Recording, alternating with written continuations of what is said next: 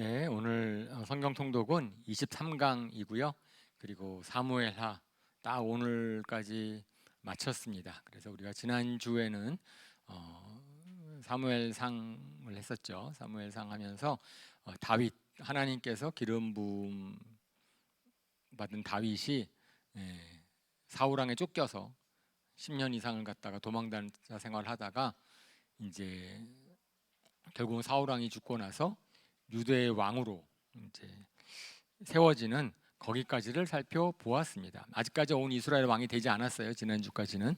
이번 주에 이제 이스라엘 왕이 되는 거죠. 근데 특별히 유다의 왕이 된 다음에 이제 어떤 일이 벌어졌었냐 하면은 사실은 이제 사울 왕이 죽었으면 바로 이스라엘 왕이 되면 되는 거였는데, 그죠? 사울 왕이 죽었으니까, 그리고 모든 이스라엘 백성들이 다 알았어요. 알아가지고 당연히 이제 다윗을 갖다 왕으로 옹립하면 하나님의 기름 부음 받은 사람이니까, 그 전까지는 사무엘한테 가서 사무엘이 선지자가 왕을 기름 부어서 사울 왕이 세워졌으니까, 마찬가지로 사무엘이 기름 부은 다윗이 왕이 되는 것이 마땅할 때인데도 불구하고 이제 정치적인 거죠. 그러니까 사울 편에서, 그러니까 계속 다윗을 쫓아다녔던 그러한 이제 아브넬이라는 군대 장관이 이거 자기가 이제 위험해진 거예요. 그래서 사울 왕이 죽었고 다윗이 왕이 되면은 자기는 다윗을 죽이려 댕겼으니까 그러면 얼마나 이게 자기가 곤란해지겠습니까? 원수인데. 그러고 나니까 아브넬이 그러면 안 되겠다. 그래서 사울의 아들인 이스보셋을 왕으로 세워서 이제 남북 이스라엘과 남유다가 나눠지는 거죠. 그래서 나눠져서 한 7년 정도로 있었는데, 그 싸움이 계속 있었어 가지고 북이스라엘과 남유다가 한 나라인데 남북으로 갈라져 가지고 있다가, 그러다가 이제 지난주에 끝부분에 사무엘 하가 그렇게 시작이 되는 거죠. 이스보셋과 아브넬 사이가 틀어지는 거죠. 그러니까 거의 이스보셋은 그냥 뭐죠? 그러니까 명목만 왕이지 아무런 실권이 없었는데, 아브넬과 사이가 틀어지고 나니까 아브넬이 화가 나니까 이제 다윗한테 와서 내가 당신 온 이스라엘을 다윗한테 바치겠다라고 화친을 합시다. 화친 조약을 맺습니다. 그래서 뭐 그거로 볼 때는 아브넬은 굉장히 정치적인 사람이고 선한 사람이 아니에요. 그죠? 그런데 그런 아브넬의 속셈을 다 알면서도 다윗은 아브넬을 흔쾌히 아주 환영하고 그렇게 하자고 약속을 하지만, 요압이라는 다윗의 군대 장관이 이제 아브넬을 죽였죠. 지난주 얘기입니다. 그래, 지난주 얘기여서 그래서 거기까지 했어요. 왜 그래? 그러면은 이제 어쨌든지 간에 다윗의 원수이기도 하고 자기 동생을 아사엘을 죽인 그런 원수이기도 하니까 아브넬을 버림으로 말미암아서 다윗이 좀 곤란해진 거죠. 다윗은 평화롭게 온 이스라엘의 왕이 되는 길이 있었는데, 요압이 아브넬을 죽음으로 말미암아서 북이스라엘과 남유다가 다시 이제 전쟁을 하게 되는 거잖아요. 이제 그런 상황에서 이제 그 위기를 다윗이 진심으로 아브넬을 애도함으로 말미암아서 이제 극복을 합니다. 아브넬을 죽인 것은 다윗이 아니구나, 요압이 죽인 거구나라는 거 사람들이 알게 되고, 그래서 사람들이 이제 다윗에 대해서 이제 마음이 좋아진 거죠. 그래요. 그래서 어쨌든 온 이스라엘이 알았다 그랬어요. 다윗이라는 사람이 자기네들, 그러니까 북이스라엘과 같이 하나 되는 것을 싫어하는 게 아니고 또 아브넬을 죽인 것이 아니구나라고 해서 다윗에 대해서 이제 사람들이 오해가 풀렸는데, 이제 오늘부터 사무엘상 4장부터 나오는 일은, 그래서 결국은 다윗이 왕이 되는 장면부터 시작을 합니다. 그리고 하나님께서 이제 사울에게 말씀하셨던 사울 왕 너희 집은 다 망할 것이다라고 하는 것이 그 말씀 그대로 이루어지죠. 그래서 아브넬이 죽었다는 소식을 들으니까 이스보셋과 온 이스라엘이 두려움에 빠집니다. 온 두려움에 빠지니까 꼭 그럴 때 또 이제 뭐죠? 꽤가 많은, 정치적으로 꽤가 많은 사람이 또 등장을 하죠. 바아나와 레갑이라는 사람이 이제 다윗한테 잘 보이려고 그래서 반역을 하면서 이스보셋을 죽입니다. 이스보셋을 암살을 하고 다윗에 투항을 해서 자기가 이제 공로를 인정받으면 다윗이 굉장히 좋아할 줄 알고, 그러니까 이스보셋을, 그러니까 이스라엘의 왕을 죽여서 다윗한테 투항을 하면은 자기네들의 이제 뭐죠? 공로가 인정될 줄 알고 그랬지만, 다윗이 오히려 이야기를 듣고선 그 두 사람을 죽이죠. 그죠? 그런 정치적인 것에 넘어가지 않습니다. 다윗이라는 분은 자기가 왕이 되는 것, 정치적으로 권세를 잡는 것보다는 항상 하나님의 공의를 더 중요시 여기고, 그 다음에 분명히 하나님께서는 사울 왕가를 망하게 하겠다고 했어요. 그죠? 하지만 그 망하게 하는데 쓰임 받는 사람이 잘하는 사람들이 아닌 거죠. 그래서 사울 왕이 망하게 되는 것은 하나님의 뜻이지만은 사울 왕을 죽이는 그 사람은 잘한 건 아닙니다. 하나님의 기름 부음 받은 사람을 죽인 건 잘한 사람이 아니기 때문에 오히려 이제 그런 정치적인 꾀를 부리는 사람들이 오히려 공경을 당하죠.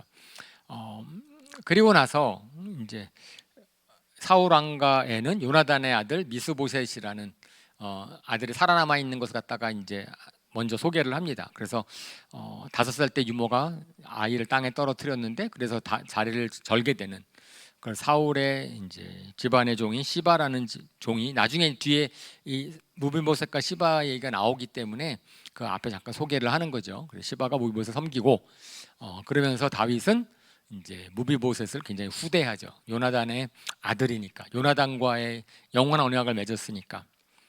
자, 이제 사울 왕가가 몰락당하는 것은 하나님의 뜻대로 됐어요. 그 다음에는 이제는 온 이스라엘의 왕으로 다윗이 드디어 세움을 받습니다. 그것도 이제 그 과정도 보면은 이제 뭐죠? 이스보셋도 죽었어요. 아브넬도 죽었어요. 그러니까 이스라엘 장로들이 이제 그제서야 회의를 합니다. 이거 우리가 어떻게 하면 좋을까? 우리가 새로운 왕을 세울까? 그러지 말고 다윗을 온 이스라엘의 왕으로 세우자.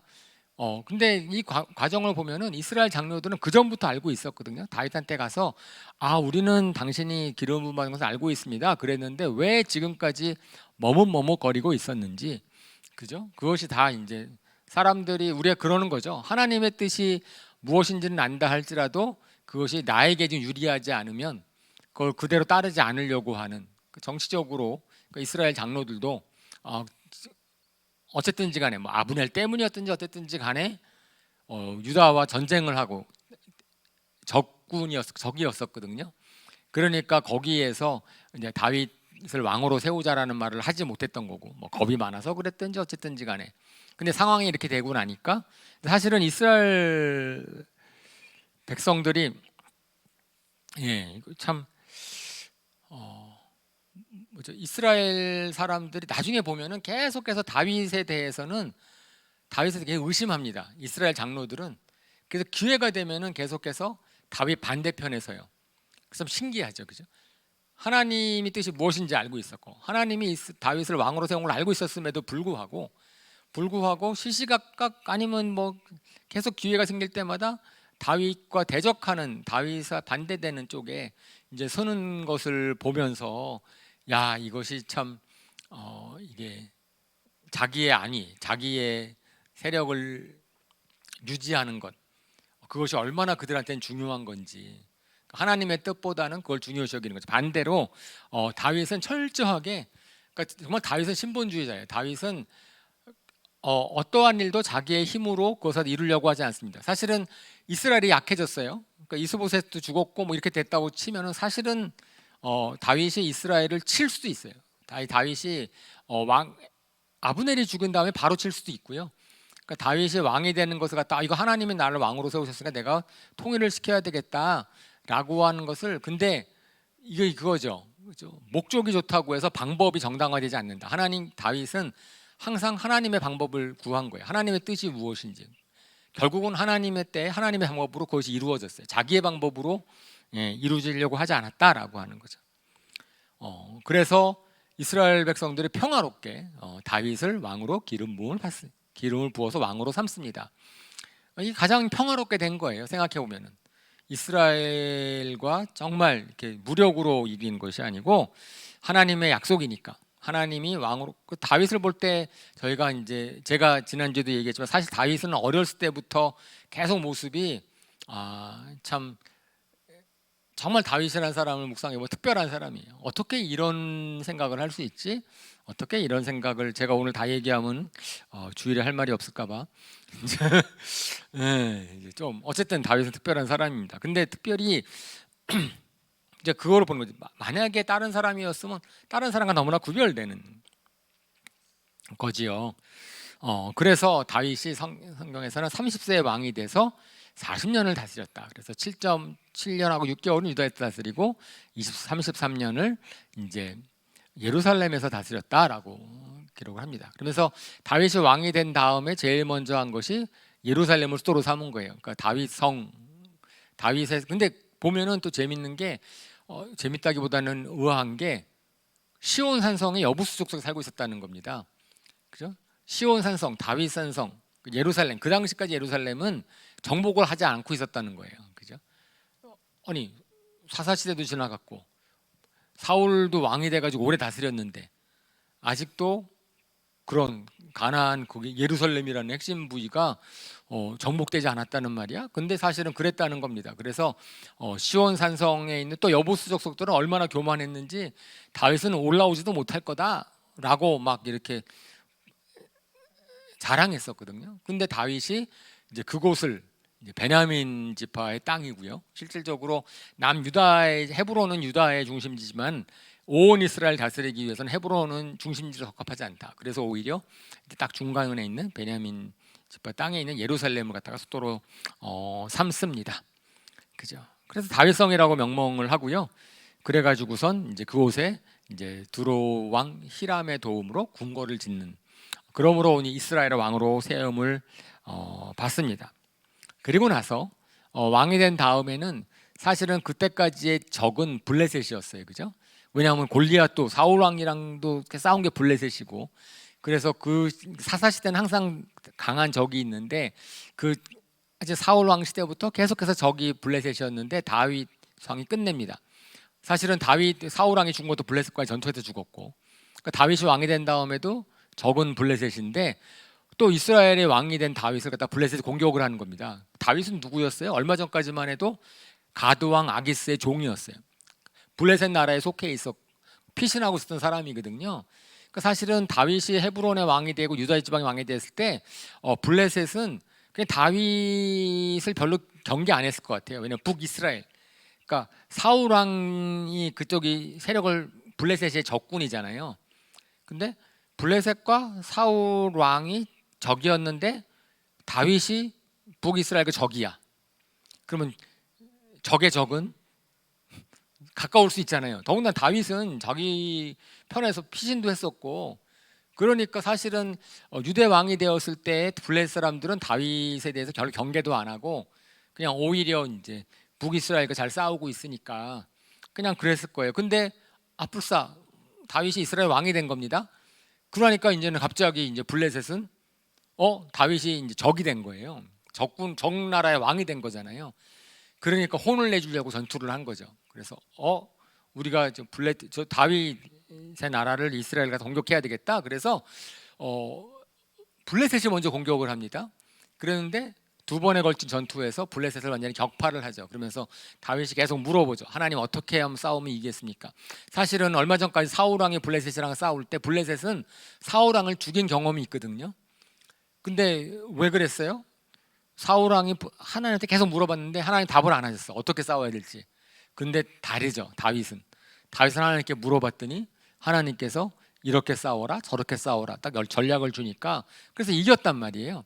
그러고 나서 저 싸움을 이김으로 말미암아서 더 이상 다윗의 통치 기간 동안에 블레셋은 위협이 되지 않습니다. 블레셋이 딱 정리가 된 거예요. 다윗 왕국이 이제 평온하게 이제 된 것이다라고 하는 겁니다.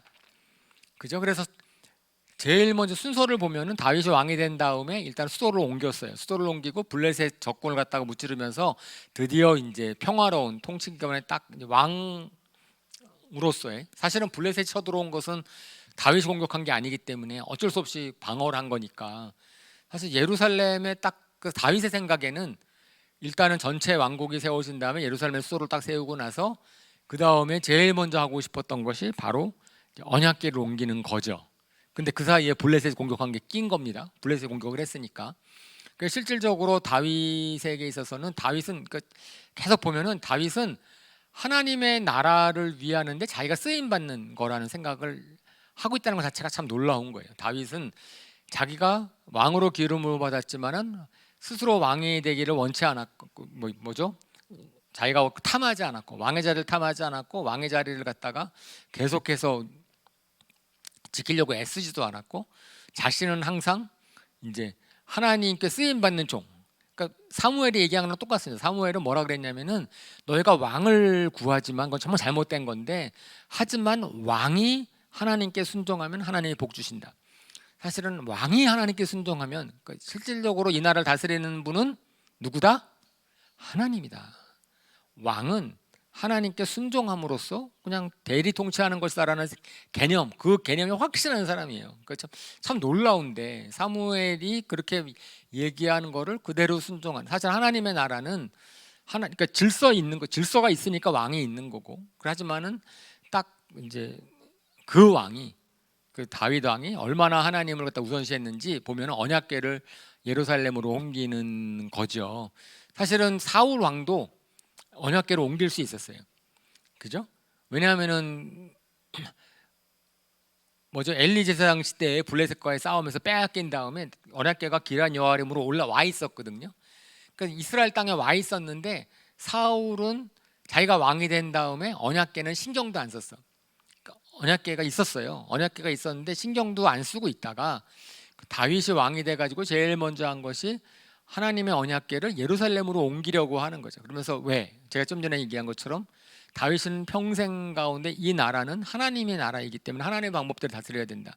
내가 내 궤로 하나님이 내가 먼저 모셔서 하나님께서 이 나라를 다스리는 것에 확실한 징표가 예루살렘 수도에 언약궤가 있고 그 다음에 사실은 저희가 사무엘 상하는 좀 이제 역사서 같은 거죠. 역사서 같은 거지만 나중에 역대상을 보면 역대상에 나와 있는 다윗의 모습을 보면은 거기에서는 정말로 다윗이 얼마나 하나님에 대한 마음이 특별했는지를 이제 보는 거거든요. 그래서 이 언약궤가 너무나 중요한 거였어요. 하나님의 나라를 세우는 것이다. 이 나라는 하나님의 나라가 돼야 된다라고 하는 것인데 우리 잘 아는 것처럼 언약 읽어보시면 알겠지만은 정말 최선을 다했는데 다윗은 언약궤를 옮기는 과정 중에서 온 이스라엘을 모으고 그 다음에 축제를 벌이고 그랬는데 실패를 하죠.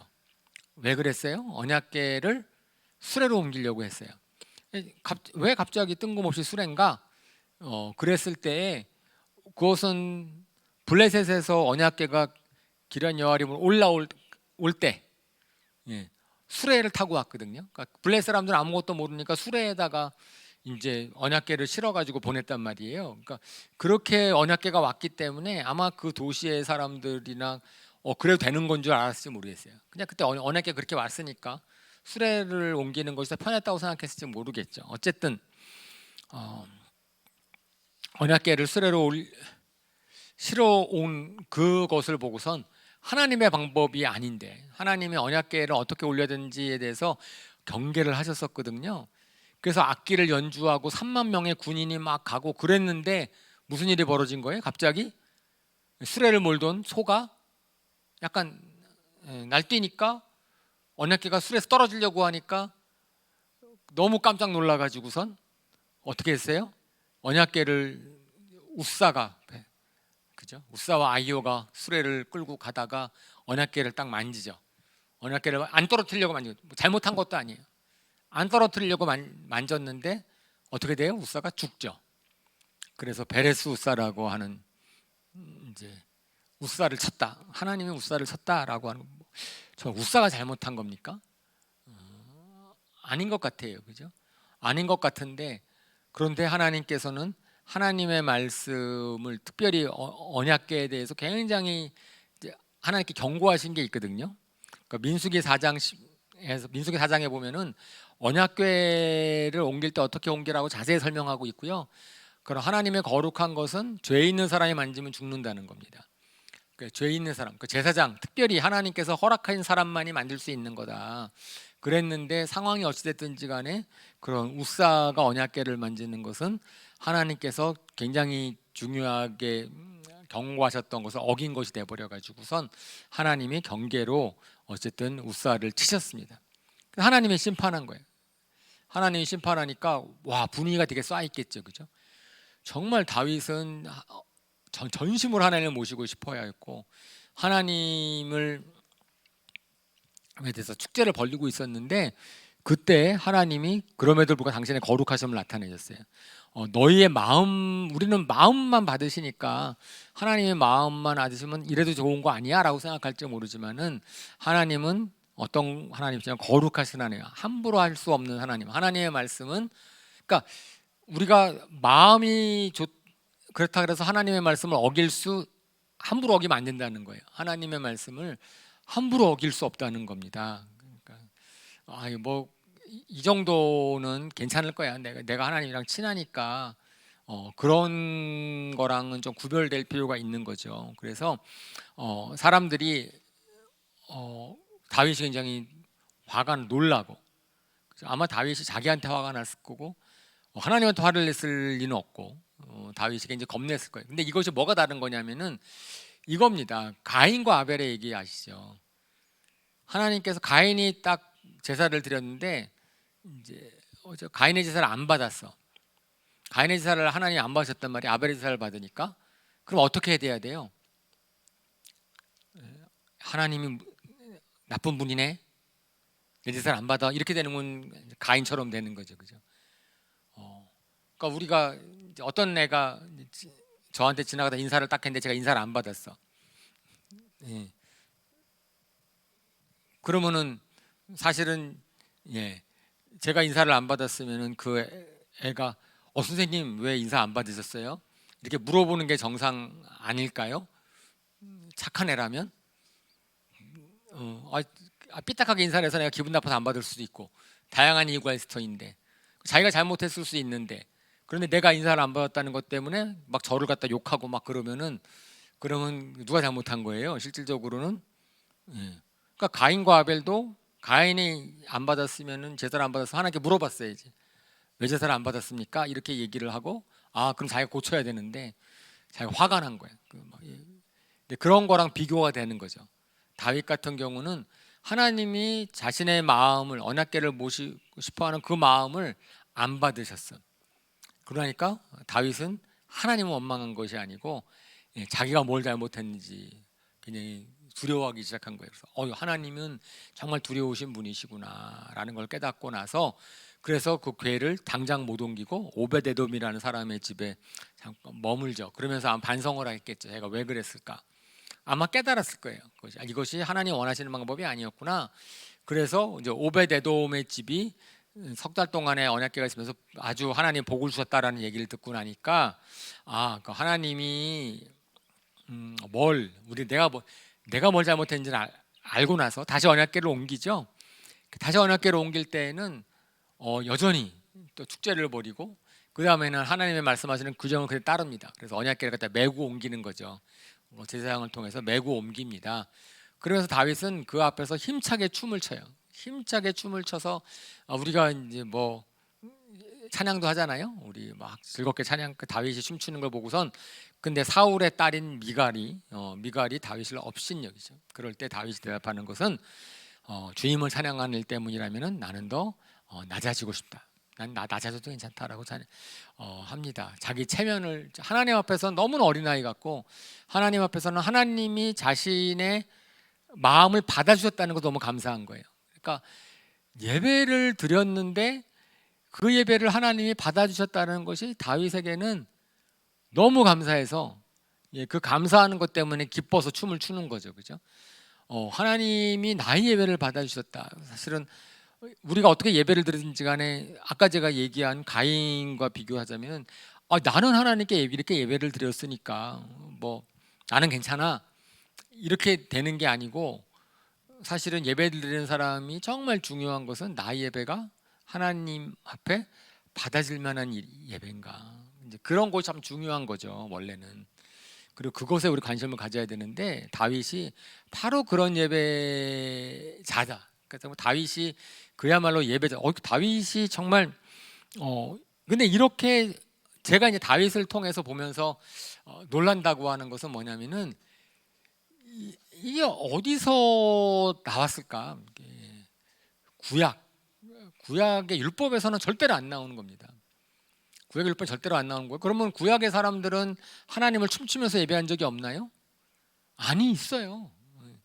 구약의 사람들은 홍해를 갈랐을 때 춤추고요, 미리암이 뭐 속옷 추고 뭐 홍해 가른 다음에 기뻐서 춤추고 그러는 거예요. 그러니까 아주 특별한 사건에 아주 특별한 일이 있을 때는 하나님께 감사해서 춤을 추고 막 이럴 수 있는 사람들이에요. 근데 문제는 그거는 그 사람들은 그렇게 한번 예배 딱 드리고 나서는 또 잊어버려. 그러니까 완전히 그러니까 하나님을 예배하는 것이 늘 그 사람의 뭐죠? 기쁘게 만들지 않았던 거예요. 그런데 다윗은 달랐다. 다윗은 늘 하나님을 기뻐했고 하나님을 예배하는 일을 정말 즐거워했고, 역대상을 보면은 정말 그것 때문에 우리 다윗의 장막이라는 것도 나오고 찬양팀을 조작하는 거, 막 구성하는 거 나오고, 사무엘왕에 그래 나오질 않지만 사실은 역대기를 보면은 다윗이 하나님에 대한 마음이 어떠했는지를 더 잘 알 수 있죠. 그죠? 그러면서 나는 더 낮아질 수 있다. 창피하지 않다. 저희가 그래서 막 예배 드릴 때 우리 손을 들고 예배합시다, 춤을 추면서 예배합시다 그러면 어른분들은 잘 못해요. 그죠? 체면 있잖아. 남성분들은 더더욱이 처음에 손 드는 것도 어렵고 막 뛰는 거, 애들은 막 뛰는데 어른들은 안 뛰어. 체면이 있으니까 이제 그 체면 때문에 안 뛰는 게 몸이 아파서 안 뛰는 이해를 하겠습니다. 체면 때문에 안 뛰지는 맙시다. 우리가 정말 다윗의 영성을 갖는다면 하나님 앞에서 즐거울 땐 정말 즐거워할 수 있고 낮아질 수 있는 마음, 특별한 사람이에요. 다윗이 어떻게 그렇게 딱 왕이 되는 과정에서도 그렇고 왕이 된 다음에도 그렇고 실질적으로 뭐죠? 그러니까 자기가 힘을 갖게 되면, 어떤 위세가 있게 되면 그때는 달라지거든요. 그러니까 사울왕이 그랬죠. 사울왕이 자기가 아무것도 안 할 땐 겸손한 줄 알았는데 자기가 힘을 갖게 되니까 교만이 싹 트는 겁니다. 힘을 갖게 되면 그러면은 사람이 변해요. 그러니까 어려울 때는 아주 나이스한 사람이고 겸손한 사람인 것 같았는데 왜냐하면 우리 성의 죄성이라는 것이 자기를 높이고자 하는 마음이 있으니까. 근데 희한합니다. 다윗은 어떻게 그렇지 않을 수 있을까? 저는 이것이 우리 신약 시대에 뭐 예수님이 가르쳐 주시고 말씀을 배우고 막 이렇게 해서 겨우겨우 알아도 우리는 어려운데, 이 다윗은 어디서 신앙 교육을 제대로 받았지? 이제 이렇게 생각이 드는 거죠. 그러면서 다윗이 이제 언약궤를 딱 들어 넣었어요. 그러니까 다윗은 생각이 어떻게 하면 내가 하나님께 영광을 돌릴 것인가입니다. 그러니까 자기를 왕으로 세우시면 하나님이시고 이 나라가 하나님의 나라가 되었으면 좋겠다. 그러니까 하나님이, 제가 지난주에도 말씀을 드렸지만 사무엘한테 얘기했을 때 내가 뽑은 사람이다, 내가 준비시킨 사람이다, 내가 눈여겨본 사람이다 다윗은, 이렇게 얘기했던 다윗이거든요. 그러니까 그 다윗의 중심을 보셨다라고 얘기를 했는데, 그 중심대로 다윗이 그 다음에 뭘 하고 싶었냐면 성전을 짓고 싶었어요. 자기가 왕궁에 히람이 지은 궁궐에 있는데 하나님의 언약궤는 막 성막에 있는 것이 너무나 마음이 안 좋았어. 그래가지고선 왕이 된 다음에 내가 정말 하나님을 높이고 좋겠다라고 성전을 지우고 싶었던 거죠. 그랬더니 하나님께서 그 마음을 받으셨죠. 그래가지고선 나단 예언자를 통해서 그 다윗한테 말을 전해주는 거고, 이것이 그 유명한 나단의 신탁이고, 그 다윗에게 있어서 가장 중요한 저 언약은 그러니까 다윗의 마음을 받은 하나님께서 다윗에게 약속해 주신 겁니다. 내 이름을 위대하게 해주겠다, 너를 원수로부터 보호해 주겠다, 너의 자손을 후계자로 삼아서 그의 나라를 영원하게 튼튼하게 해주겠다. 저것이 메시아 사상의 근거가 되는 약속 아닙니까? 그 다음에 내가 너희의 아버지가 되고 이스라엘 백성은 내 자녀가 될 것이다 라는 부자관계를 약속해 주세요. 그리고 내 집과 내 나라가 영원할 것이다 라고 하는, 정말 이런 딜이면, 정말 이런 축복이라면은 하나님께 우리 중심을 드리는 것이, 그것이 얼마나 지혜로운 거예요. 아니 얼마나 좋은 거예요. 그러니까 하나님한테 최선을 다하려고 했던 그 다윗의 마음은 하나님께서 너무 하나님의 마음에 들어서 하나님께서 그래 너와 이런 영원한 약속을 한다. 그리고 나서 이 언약이 구약의 메시아 사상으로 연결이 돼서 예수님에 의해서 언약이 성취되는, 그러니까 신약과 구약을 이어주는 사람입니다. 사실 다윗이라는 사람은 구약의 살은 신약의 사람이에요. 구약을 살았는데, 구약의 인물인데 다윗의 생각, 다윗의 신앙, 다윗의 삶 너무나 신약적이에요. 구별되는 겁니다. 구약의 율법을 갖고 살았던 사람들이랑 바리새파 사람들이 볼 때도 다윗은 말이 안 되는 사람이고요. 그러니까 뭐 구약 학자들이 누가 봐도 다윗은 정말 말이 안 되는 사람이에요. 어떻게 이렇게 자유로울 수 있지? 그러니까 성령님이 항상 함께 하셨나? 우리는 성령이 계셔서 우리를 자유롭게 하신다라고 했는데, 근데 어쩌면은 다윗은 정말 성령님이, 그러니까 구약 사람 치고 성령님이 정말 가까이 하셨던 분. 근데 잘 아시는 것처럼 다윗에 대해서는 현실의 뿌리 박인 영성이라는 유진 피터슨이 쓴 책을 저희가 많이 읽어보지 않았습니까? 거의 안 읽어보신 분들은 꼭 읽어보세요. 현실의 뿌리 박은 영성, 다윗에 대한 기록을 갖다가 가지고선 이제 딱 하는 건데, 정말 사울 왕은 성령 체험을 해요. 막 예언도 하고 막 그래요. 다윗 사무엘하의 다윗의 기록에 성령님 얘기 나와요. 하나님의 영이 임하서 분이 나가지고 이런 말이 있나요? 다윗에게? 다윗에 대한 사무엘하의 기록 45장에 걸친 기록 가운데 정말 특별한 성령 체험, 성령님의 그 전에는 사울왕도 막 성령이 임하고 사무엘도 뭐 이런 말이 쫙 나오는데 다윗에게 있어서는 그런 게 안 보이는 거야. 근데 그 무엇보다도 영적으로 살았던 사람입니다. 영의 사람이고요, 다윗은. 그러니까 그게 참 놀라운 거죠. 그래서 현실의 뿌리 박은 영성이다라고 하는 책에서 유진 피터슨이라는 분이 그거를 쓰는 겁니다. 우리의 영성이라는 것은 뭐 이런 실질적으로 히브리적인 겁니다. 영과 속은 구별되는 게 아니라 삶이 영을 드러내는 거예요. 그 사람의 삶이 어떻게 사느냐에 따라서 영성이 드러내는 거다. 정말 신약적인 겁니다. 그런 내용이죠. 그러니까 다윗이 이제 왕국이, 그 다음에 다윗의 왕국이 부흥하기 시작합니다. 다윗이 왕이 됐어요. 이제 성전을 지었는데 성전 안 짓겠다 그랬어요. 그 다음부터는 다윗 왕이 얼마나 부흥하느냐, 그것은 제가 지도로 보여줬습니다. 거기 지도를 보면은 여기에 뭐죠? 가운데 이렇게 좀 진하게 되어 있는 부분이 사울의 왕국이에요. 사울이 왕이었을 때의 왕국이고, 그 다음에 좀 이제 노란색으로 이렇게 쭉 칠해지는 부분, 옅은 노란색으로 된 부분이 다윗의 왕국. 다윗이 이제 나라를 갖다가 지금의 이스라엘 나라보다 약간 크죠.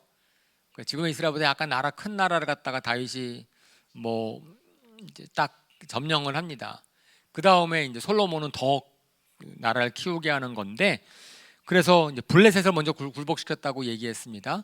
그 다음에 북쪽으로 갔을 때는 이제 소바왕 하다데셀과 그 다음에 시리아를 이깁니다. 그래서 시리아 다마스커스 저 북쪽이죠. 북쪽을 이겨서 북쪽도 조공을 바치고, 그래서 그들과 전쟁 관계에 있었던 하맛이라는 왕이 도위가 선물을 보내서 그 조공을 바치는, 그리고 에돔 쪽으로 내려가서도 주둔군을 두고 그 조공을 바치고, 그러니까 다윗의 나라가 이제 부흥을 합니다.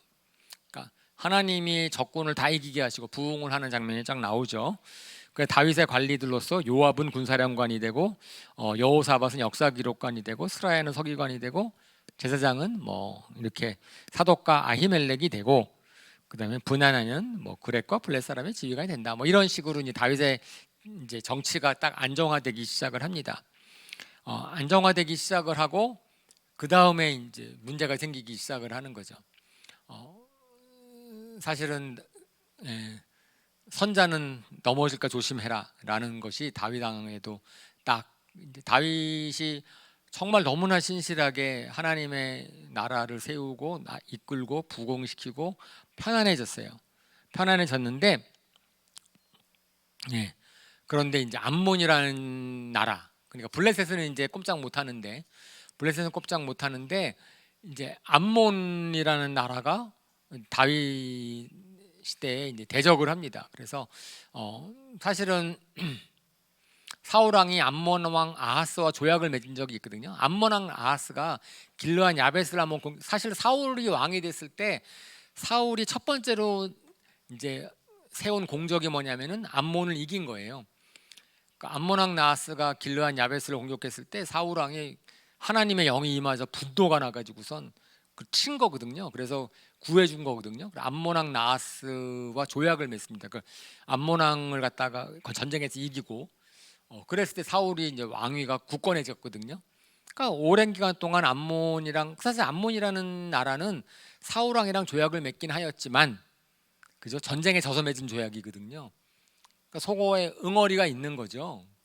그죠? 그렇기 때문에 다윗 왕이 사실 사울 왕 때랑은 친교 조약을 맺고 있었으니까 그래서 조약을 맺 자기가 왕이 된 다음에 인사하러 보냈는데 암몬의 입장에서 봤을 때는 이게 기분이 나쁜 거죠. 뭐 기분이 나쁘다고 여겼겠죠. 사울 왕에 대해서는 자기가 졌으니까 뭐 이렇게 됐었는데 다윗이 왕이 되고 나니까 다윗의 사절 들어다 모욕을 합니다. 암몬의 신하들이 저거는 뭐죠? 평화적인 나이스한 게 아니다. 우리를 얕보는 거다. 그래가지고 모욕을 하면서 전쟁을 촉발한 거죠. 그러니까 사실 암몬이 도발을 한 겁니다. 암몬이 그 평화롭게 지내던 이스라엘과 한바탕 싸움을 붙이는 거고, 그래서 요압 장군이 나가서 1차, 2차 전쟁에 승리를 해요. 그런데 계속해서 암몬은 완전히 암몬을 정복하기 전에는 암몬이 계속해서 전쟁을 하는 겁니다. 그랬을 때 이제 다윗과 바세바 사건이 그 환경에서 터지는 거죠. 그러니까 또 암몬과 전쟁하러 나간 거예요. 요압 장군이랑 그 다윗의 군대가 암몬이랑 전쟁하러 나갔을 때 다윗은 이제 다윗 왕까지는 나갈 필요가 없다. 다윗이 그래서 한가롭게 이제 궁궐에서 전쟁의 소식을 기다리고 있을 때 그럴 때 옥상에서 밧세바가 목욕하는 것을 보았다라는 것부터 시작을 하는 거죠. 평온의 시기에 사실은 다윗이 인간적인 면으로는 약점이 있는 분이죠. 하나님에 대해서는 신실함이 있었지만은 다윗은 아마 또 이스라엘의 많은 왕들이 그러했던 것처럼 그죠? 이렇게 좀 욕정인 면에 있어서 정욕적인 면에 좀 약한 부분이 있었던 것 같아요. 다윗이 사울의 딸 미갈도 원래 자기의 아내였지만 다른 사람 줘버린 미갈도 좀 달라 그러고 다시 찾아오게 하고 그런 거로. 근데 밧세바가 모욕하는 것을 보면서 이제 거기서 이제 음욕 때문에 죄를 범합니다. 사실은 보는 것을 조심해야 된다. 우리가 무엇을 보느냐, 우리가 뭘 보느냐가 중요한데 다윗이 하나님을 보지 않고 그다음에 하나님의 법을 너무 평안해지니까 사실은 사람이 평안해지면 죄짓기가 참 쉽습니다. 사람이 정말 할 일 없잖아요. 그러면 자꾸만 죄를 져요. 자기의 쾌락을 추구하고 자기 욕정을 추구하고 자기 거를 추구하기 때문에 조금씩 할 일이 많고 어려운 게 있는 것이 오히려 감사한 것일 수 있다는 생각이 듭니다. 평화의 시. 근데 다윗이 그래서 밧세바를 동침함까지는 좋았어요. 그냥 그리고 끝냈으면 좋았을 겁니다. 그런데 끝냈으면 좋았을 터인데 임시를 해버린 거예요. 다윗이 전혀 원하지 않았던. 아마 오늘날 같았으면 낙태를 시켰겠지만 그 당시에는 그러지도 못하고 그러고 나니까 다윗이 죄를 숨기기 위해서 이제 살인을 교사를 하죠. 사실은 처음에는 살인시키려는 마음이 없었단 말이에요. 그죠? 우리의 남편을 불러와 가지고선 누구와 아내인지 모르게 그 당시에 유전자 검사도 안 할 테니까 그냥 애만 나면은 누구의 아들인지 모르고 누구의 자녀인지 모르고 어떻게 잘 넘어갈 수 있었는데 우리아가 생각보다 충신이야. 그 다윗의 계획이 잘 되지 않습니다. 결국은 다윗이 우리아를 죽이는 그러면 자기의 죄를 숨기기 위해 사람들은 자기의 죄를 숨기려고 너무나 애를 씁니다. 그 다윗도 그런 사람이에요. 다윗도 제가 앞에서 막 다윗을 갖다가 막 대단한 사람 얘기했지만 다윗도 우리랑 다름없는 사람이고 그리고 죄를 짓고 나서 죄를 숨기고 싶어하고 그래가지고 더 죄를 크게 짓는 살인죄까지 짓는 그런 겁니다. 그러나서는 그렇게 된 다음부터는 사실은 죄가 하나님과 우리와의 관계를 멀게 만듭니다. 저희가 처음에는 놀래죠. 다윗과 같이 하나님을 그렇게 가까이 하는 사람이 그렇게 죄를 져? 그죠? 그럴 수 있다는 거예요. 그죠? 아무리 하나님을 가까이 하는 사람도 죄에 빠질 수 있어요. 근데 문제는 뭐냐니까 죄를 짓고 나면 하나님을 가까이 할 수가 없는 거가 문제입니다. 그죠? 죄를 짓고 나면 하나님과 가까이 할 수가 없는 거예요. 근데 다윗도 아마 그저 과거에 예배를 드리고 하나님과 좋게 됐다가 죄를 지은 다음부터는 하나님께 가까이 나아가지 못했을 것 같습니다. 뭐 성경에 그런 말이 없지만 그러니까 하나님께서 나단을 보내세요. 나단을 선지자를 보내서 그래서 다윗의 죄를 지적을 하죠. 다윗이 딱 깨닫죠, 그죠? 다윗이 깨달으면서 내가 주님께 죄를 졌습니다. 그러면서 유명한 시편 51편을 씁니다. 시편 51편에 다윗의 참회시죠. 다윗이 참회시를 쓸 때, 근데 다윗이 거기에 마지막에 너무 감사합니다. 하나님 앞에 자기의 죄를, 사실은 하나님께서 우리로 하여금 죄를 회개하라고 하는 것은 정말 복이다. 왜냐하면 회개하면 관계가 회복된다는 하나님의 초청이거든요. 실질적으로 정말 문제는 그죠? 그 죄를 있는 걸 내버려 둠으로 말미암아서 하나님께 나가지 못하는 게 문제고 회개하지 않는 게 문제인 거지.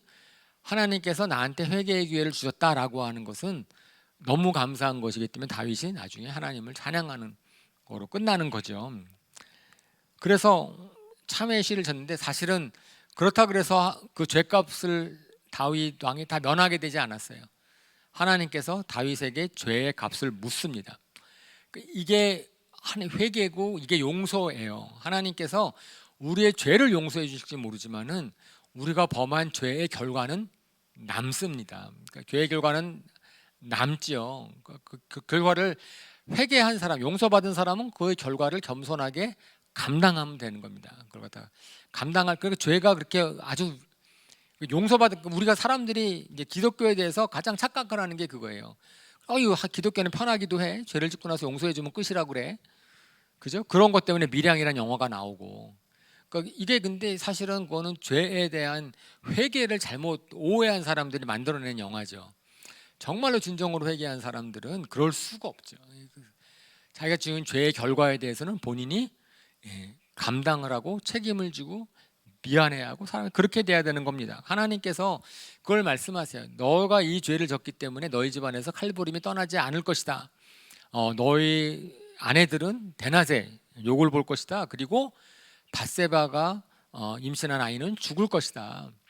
이런 것으로서 하나님이 죄의 결과를 물으십니다. 그러니까 죄를 용서해 주셨는데 그런 결과를 묻는 게 말이 됩니까? 네, 말이 됩니다. 말이 된다는 거예요. 죄에 대해서의 책임은 너가 짓되 하나님의 용서는 어떤 결과가 있는 거예요? 하나님과의 관계성이 회복되는 겁니다. 하나님께 나아갈 수 있는, 사실은 죄를 지면 우리는 하나님께 나아갈 수가 없는 거고 그것이 무엇보다도 치명적인 결과예요. 하나님께 내가 나아갈 수 없는 게, 그것이 하나님이 날 안 받아주시면 난 어떡합니까? 그런데 하나님이 죄를 용서해 주셨어. 그러므로 말미암아서 우리가 하나님께 나아갈 수 있고 천국에 들어갈 수 있고 하나님의 주시는 복을 받을 수 있어요. 하지만 이 땅에서 그 죄를 지은 것에 대한 결과는 내가 감당을 하게 하나님이 하십니다. 그냥 내버려. 근데 그걸 갖다가 우리가 용서받았지만 그 결과는 내가 감당하겠습니다라고 하는 것이 회개한 사람들의 마땅한 반응이다라고 하는 것을 우리 다윗을 통해서 볼 수 있어요. 다윗은 그래서 그 밧세바가 아들을 낳자 하나님이 얘를 죽일 것이다라고 했는데 다윗이 하나님의 긍휼하심을 바라면서 계속해서 기도합니다. 금식 기도하죠. 신하들이 막 뭐라 그래도 계속해서 금식을 하죠. 그러니까 실질적으로 그 아들이 죽었을 때 신하들이 걱정을 하죠. 그죠? 걱정을 해서 이거 왕한테 얘기 못 하겠다라고 하는데 다윗 왕이 딱 그러고 나니까 어떡합니까? 아이들이 죽으니까 정장을 하고 밥도 먹고 정상 생활을 하는 거예요. 그래서 얘기하는 게 뭐예요? 하나님은 긍휼이 많으신 분이셔서 내가 이렇게 간절하게 기도하면은 긍휼을 내 말을 들어주실지도 모른다고 생각을 했다. 그런데 하나님이 들어주지 않았으니까 나는 그대로 순복. 그러니까 철저하게 하나님의 주권을 인정해 드리는 겁니다. 하나님에 대해서 그는 그렇다고 해서 하나님을 멀리하지 않았고 하나님의 긍휼하심을 갖다가 막 붙잡고 하는 거지만 하나님이 안 들어주시면은 그래도 다윗은 어떻다는 거예요? 괜찮다는 거예요. 이건 어차피 자기 잘못이었으니까 감사합니다. 참 쉽지 않을 것 같아요. 다윗과 같은 신앙은 그거는 정말 어떻게 이제 죄를 짓는 것, 우리는 다윗보다 나는 그런 죄를 안 졌어 이렇게 얘기할지 모르지만 어떤 죄든지 간에 그 죄에 용서받은 자가 어떠한 모습이어야 하는지 그 다윗이 보여줍니다. 자, 그리고 하나님께서 그런 다윗에게 다윗 위로해 주시기 위해서, 바세바와 다윗을 위로해 주시기 위해서, 그래서 솔로몬이라는 아들을 주고, 솔로몬 아들로 하여금 왕위를 잇게 하시고, 여디디야 여호와의 사랑을 입은 자라고 하셨다. 하나님께서 그 위로해 주셨습니다. 다윗도 위로해 주시고 바세바도 위로해 주시고 평화롭다라는 뜻의 솔로몬. 그러니까 하나님이 그런 선물을 주셨습니다. 그죠? 자, 그리고 나서 이제 압살롬의 반역이 나옵니다. 다윗이 또 실수하는 게 또 있죠. 이것이 그러니까 다윗이라는 사람은 인간적인 면에서 봤을 때는 약점이 많은 사람이에요. 다윗이 사실은 야곱도 그랬고, 첩이 많고 부인이 많으면 자녀 시대에 문제가 많잖아요. 자녀들 간에 문제가 많고, 그래서 사건의 발단은 암논이라는 큰 아들이 이제 셋째 아들인 압살롬의 누이 동생인 다말을 겁탈을 합니다. 이제 겁탈을 한 것까지는 좋았었는데, 그런데 문제는 책임을 져야 되는데, 그러면 다말을 오히려 미워하고 내쫓고, 그런데 정말 문제는 다윗 왕이 그거를 알면서 암몬을 내버려뒀다는 거예요. 잘못을 치리하지 않았어요. 공의를 베풀지 않아요. 그것이 큰 문제를 일으키죠. 그래서 왜 그랬을까? 아마 자기도 그런 죄를 저질렀기 때문에, 성적인 죄를 저질렀기 때문에 거기에 대해서는 자기가 떳떳하지 않았던 것 같아요. 암몬을 갖다가 막 뭐라고 막 얘기하고 막 그러기에는, 사실은 자기가 약점이 있으면 그 약점에 대해서는 떳떳하지 않거든요. 아마 그래서 그것이 큰아들이어서 더더욱 그래. 뭐 잘 모르겠어요. 어쨌든 잘못하는 바람에 이제 문제가 생기죠. 압살롬이, 사실은 다윗의 아들들은 서로 죽이고 죽입니다. 이제는 막 이제 압살롬이 암몬을 죽이고 도망갑니다. 자기 이제 어머님 집으로 도망가는 거죠. 도망가고, 그리고 나서 시간이 오래 지났어요. 결국은 사람들은 망각이라 시간이 약인지라 암몬을 죽였기 때문에 압살롬이 얼마나 미웠겠습니까, 다윗 왕은. 근데 시간이 지나고 나니까 압살롬에 대한 미움이 사라졌어요. 그것을 갖다가 이제 요압이라는 사람은 나중에 이제 나중이 아니구나, 끝났으니까. 요압이라는 사람도 연구해 볼 만한 사람인데, 요압이라는 사람은 다윗의 신복입니다. 다윗의 마음을 너무 잘 알아요, 이 사람은. 그런데 다윗이랑 안 친해. 다윗이 제일 꺼려했던 사람이 요압입니다. 자기 약점을 다 잡힌 사람이에요. 우리아를 죽일 때도 요압이 알았고, 그것을.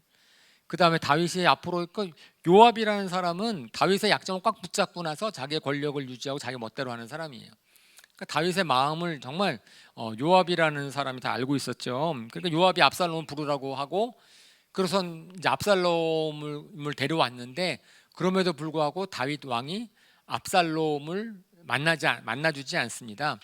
만나주지 않으니까 점점 압살롬이 아버지 다윗에 대해 미움이 생겼어요. 그러니까 압살롬이 암논을 내비로 둔 것 때문에도 좀 미움이 생겼겠. 다윗 왕의 아빠에 대해서, 아버지 다윗이 압살롬에게 뭘 잘못했는지 모르겠는데, 이 기간, 압살롬을 불러들인 다음에 4년 동안 자기를 갖다가 무시하는, 사람이 그렇잖아요. 사람이 어디에 마음이 상해요? 나를 무시해, 저 사람이?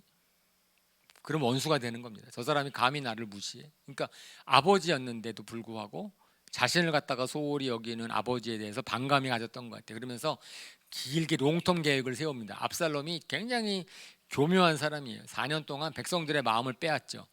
백성들의 재판관이 돼가지고선, 사실은 그 과정 가운데서 다윗 왕이 직접 재판을 백성을 만날 기회가 별로 없었던 것 같아요. 그래서 어떤 사람들은 이제 시편을 쫙 보면서, 다윗 왕이 시편에 보면은 오래 아팠던 것 같다는 기록이 있거든요.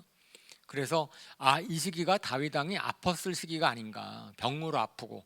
그럼 다윗 왕이 백성을 못 만나니까 압살롬이 그 기회에 백성들의 마음을 다 빼앗는 거죠. 딱 4년이라는 시간이 지나면서 자기 편을 만들고 나서 200명의 다윗의 신하들을 갖다가 자기 편으로 만들고, 그래서 백성들의 마음을 산 다음에 헤브론으로 보내달라고 그러고선 헤브론에 가가지고 자기가 왕이 되는 걸 선포합니다. 그리고 나서 다윗의 참모였던 아히도벨이라는 사람을 포섭했다라고 되어 있는데, 저 아히도벨이 누구냐면은 밧세바의 할아버지예요. 저걸 갖다가 따져보면은, 그러니까 사무엘하 23장 34절과 1장 11장 3절을 갖다 두 개를 엮어보면 나옵니다. 그냥은 딱 안 나오는데, 아히도벨이라는 사람이 밧세바의 아버지의 아버지예요.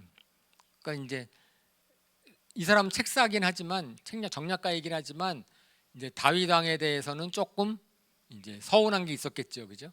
그렇기 때문에 이제 압살롬 편에 섭니다. 그러니까 압살롬이 그걸 알았을 거죠. 아마 압살롬이라는 사람이 교묘한 사람이어서 아마 아히도벨을 갖다가 이제 그렇게 마음을 샀을 것 같아요. 그리고 나서 이제 딱 그러니까 헤브론에서 왕이 됐다는 딱 얘기를 딱 듣고 나니까 다윗 왕은 금세 압니다. 반역이다.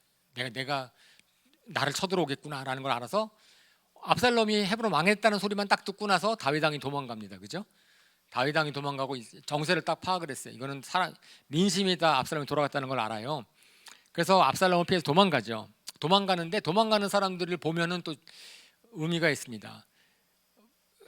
다윗을 호위했던 대표적인 사람이 블레셋 가드 사람 이때예요.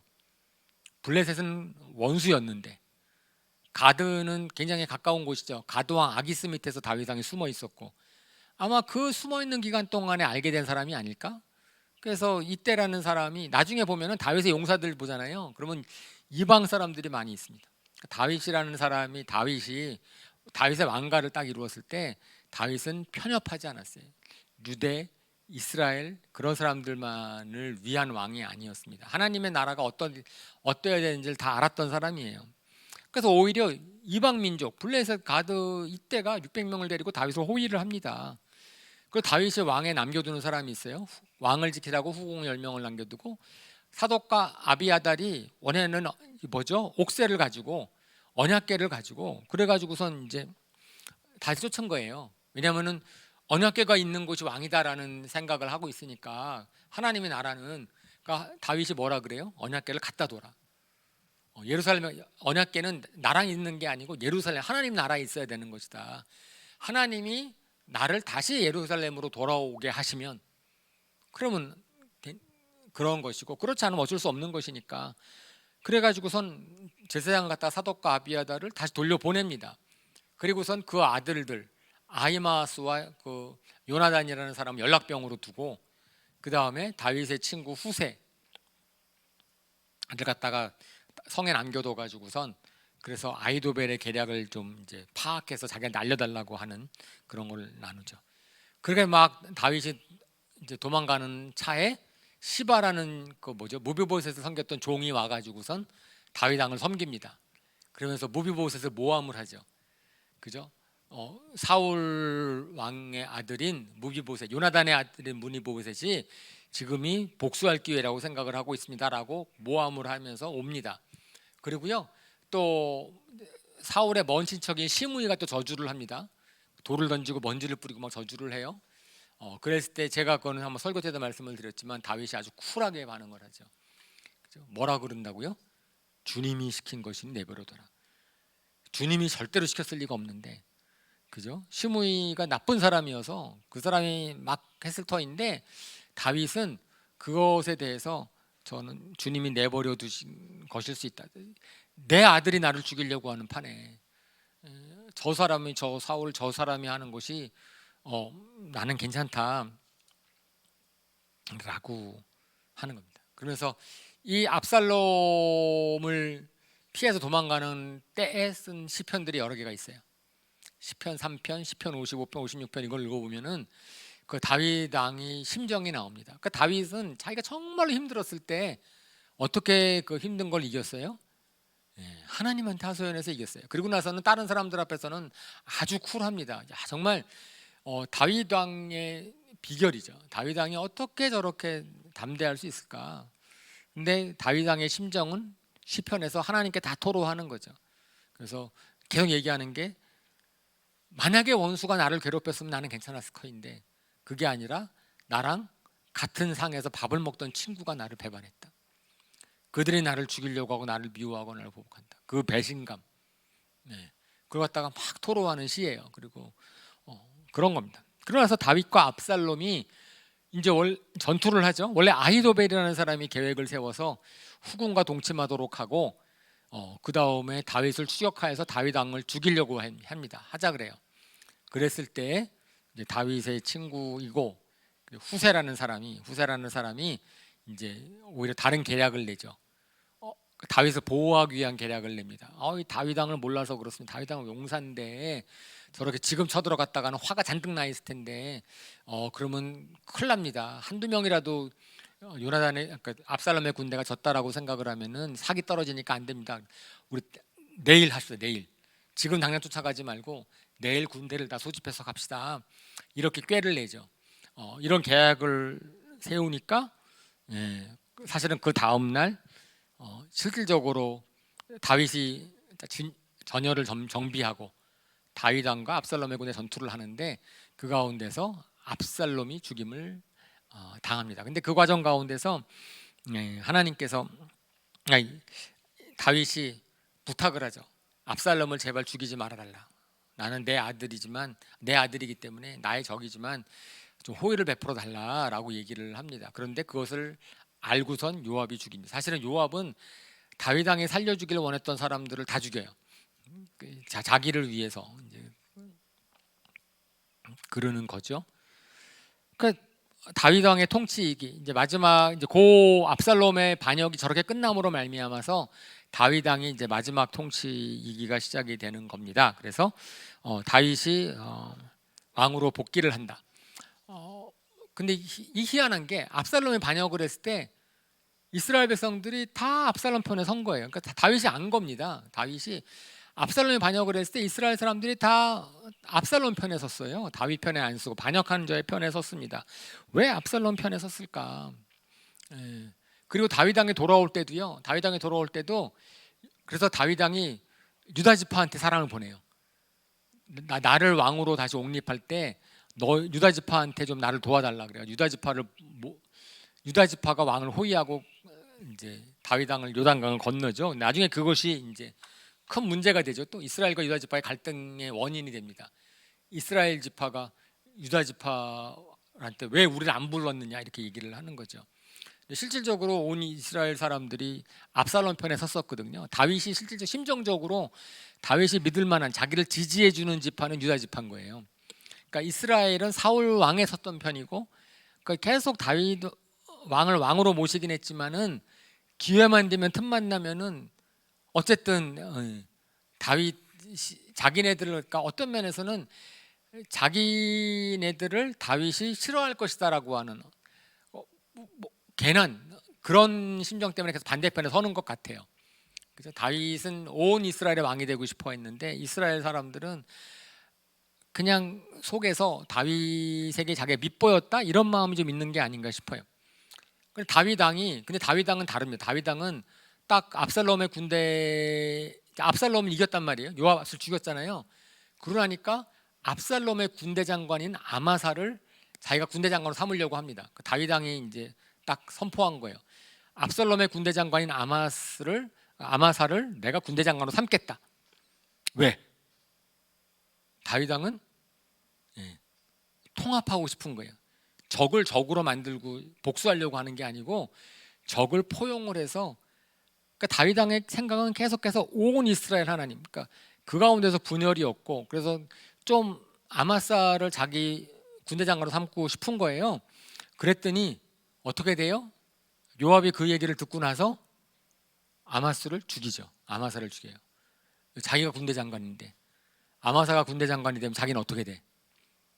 그러니까 또 그냥 아마사를 나중에 죽여버립니다. 압살롬 편에는 군인들을 포용하기를 원했었는데 안 됐죠.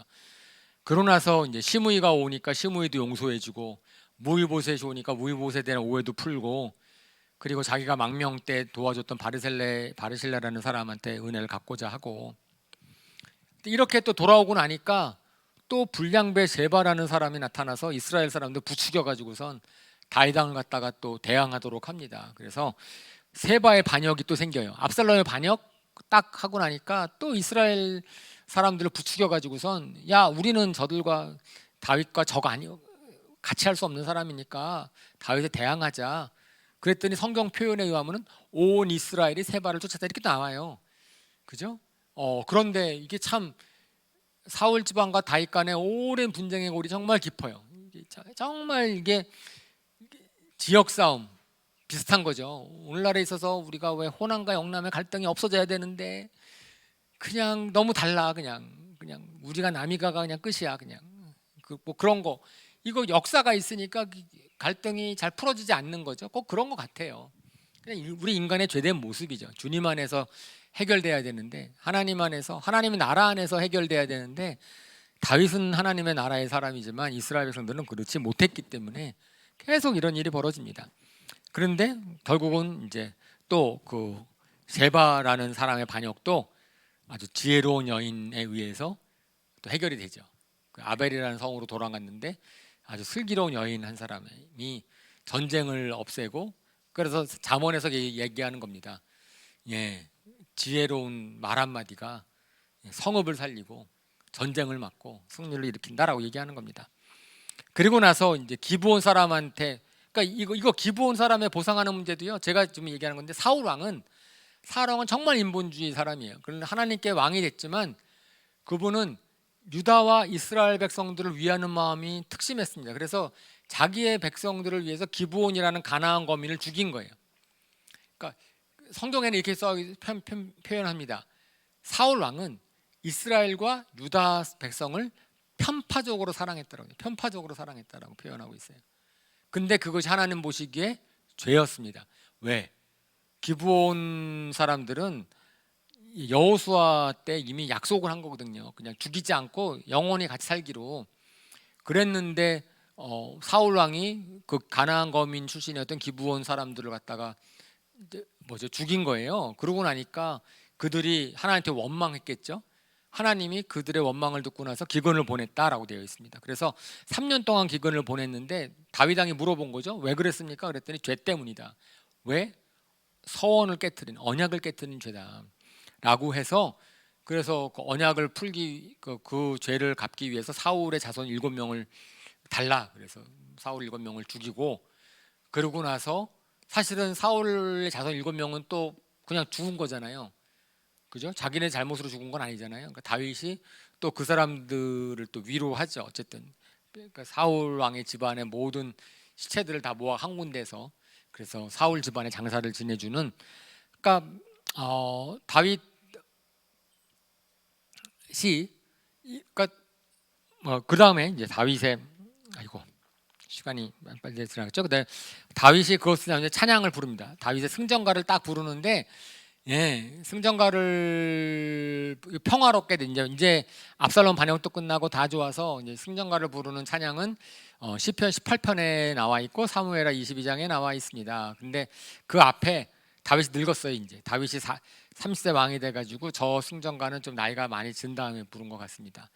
이제 40년 동안 다스렸으니까 늙은 분이 됐죠. 전쟁에 나서지 않도록 이제 말리고, 그래서 다윗이 이제 승전가를 부르면서 하나님이 나의 구원이고 산성이시고 방패이시고 상 주시는 분이시고 나를 강하게 하시고 막 찬양을 합니다. 그래서 다윗이 마지막 말을 하는데, 여기에 처음으로, 그러니까 다윗이 마지막에 유언처럼 하는 마지막 말이라고 하면 성경에 나와 있는데, 거기에 처음으로 이런 표현이 있어요. 주님의 영이 나를 통해서 말씀하신다. 그러니까 다윗의 평생 일생 가운데서 한 번도 등장하지 않았던 표현, 주님의 영이 나한테 말씀하셨다. 그래서 사도행전 2장 30절에서는 다윗을 누구라고 표현하냐면은 예언자라고 표현합니다. 그래서 다윗이 예언자, 선지자 다윗이었다 라고 하는 것을 알 수 있는 저 표현이, 거기에서 주님의 영이 나를 통해서 말씀하신다 그러면서 나는 의로운 왕의 통치가 뭐 아주 축복이다, 뭐 새벽 이슬 같고 뭐 어쨌든 뭐 그렇다, 하나님의 영원한 언약에 근거한 의로운 왕의 통치를 이제 고백을 합니다. 그러고 나서는 이제 다윗의 용사들의 이름이 쫙 나오죠.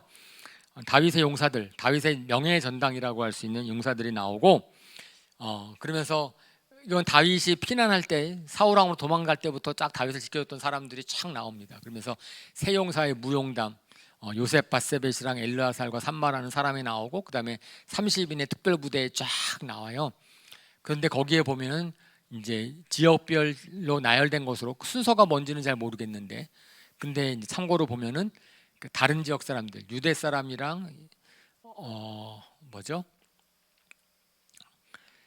이스라엘 사람, 북이스라엘 사람이 아닌 사람들이, 또 우리아도 헷 족속 우리아입니다. 헷 사람 우리아고, 그죠?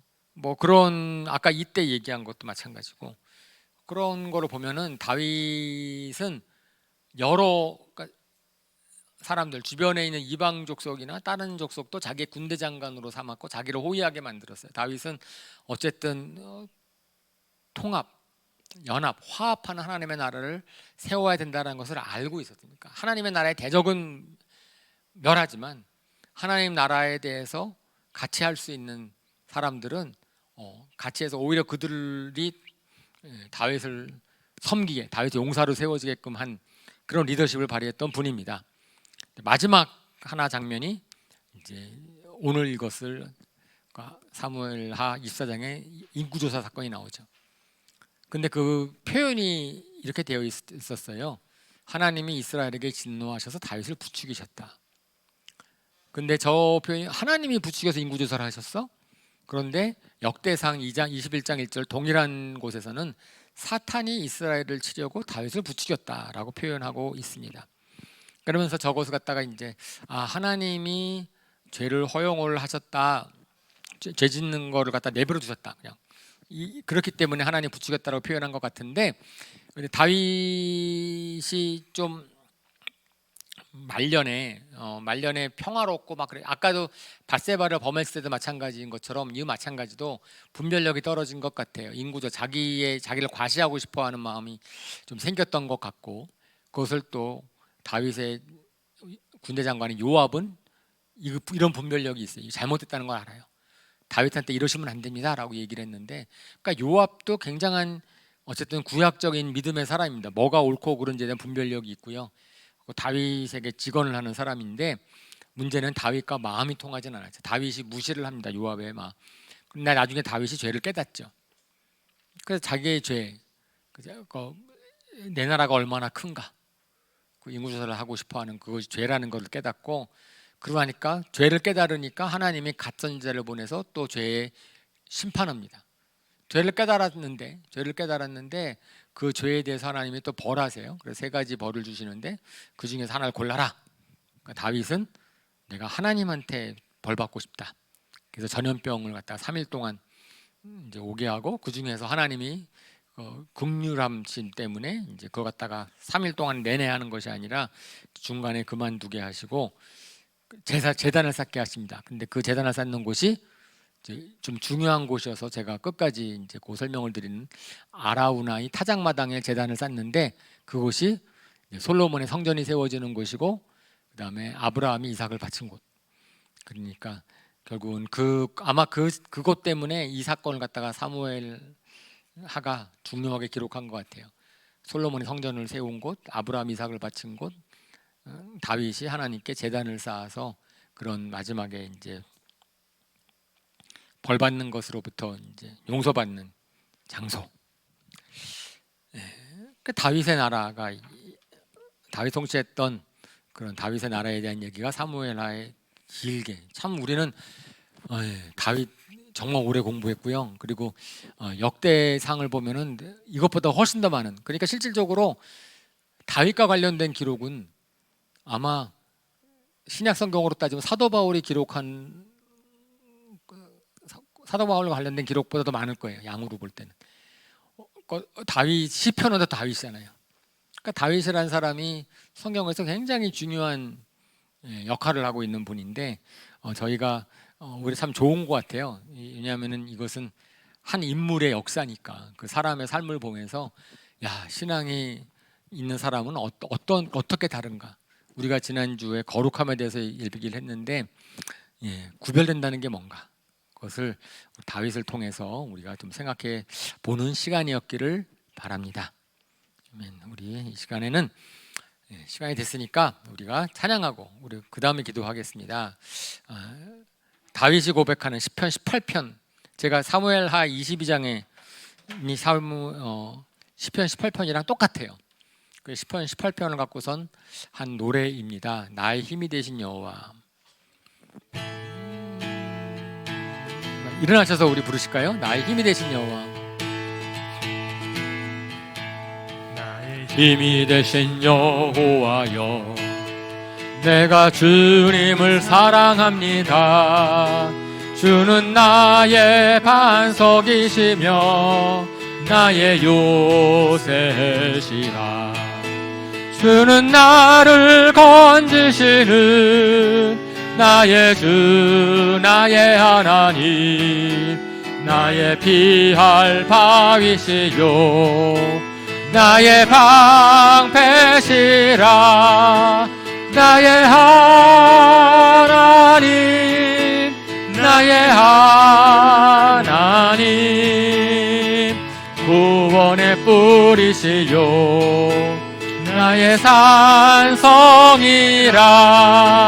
나의 하나님, 나의 하나님,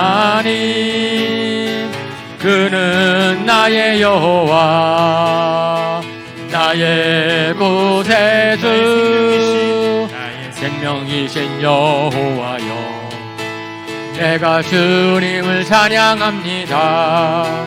주는 나의 사랑이시며 나의 의지이시라. 주는 나를 이끄시어 주의 길 인도하시며 나의 생의 목자 되시니 내가 따름이라. 나의 하나님, 나의 하나님, 생명의 면류관으로 내게 씌우소서.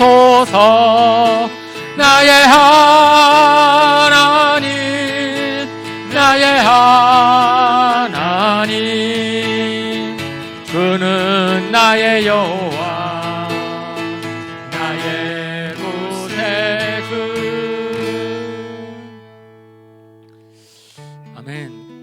정말 감사합니다. 주님, 사무엘하를 통하여서 저희가 다윗이 어떠한 분이었는지, 다윗이 어떠한 마음으로 주님을 섬겼는지, 오늘 저희가 방금의 찬양처럼 다윗이 고백한 하나님이 어떤 분이신지에 대해 생각해 보았습니다.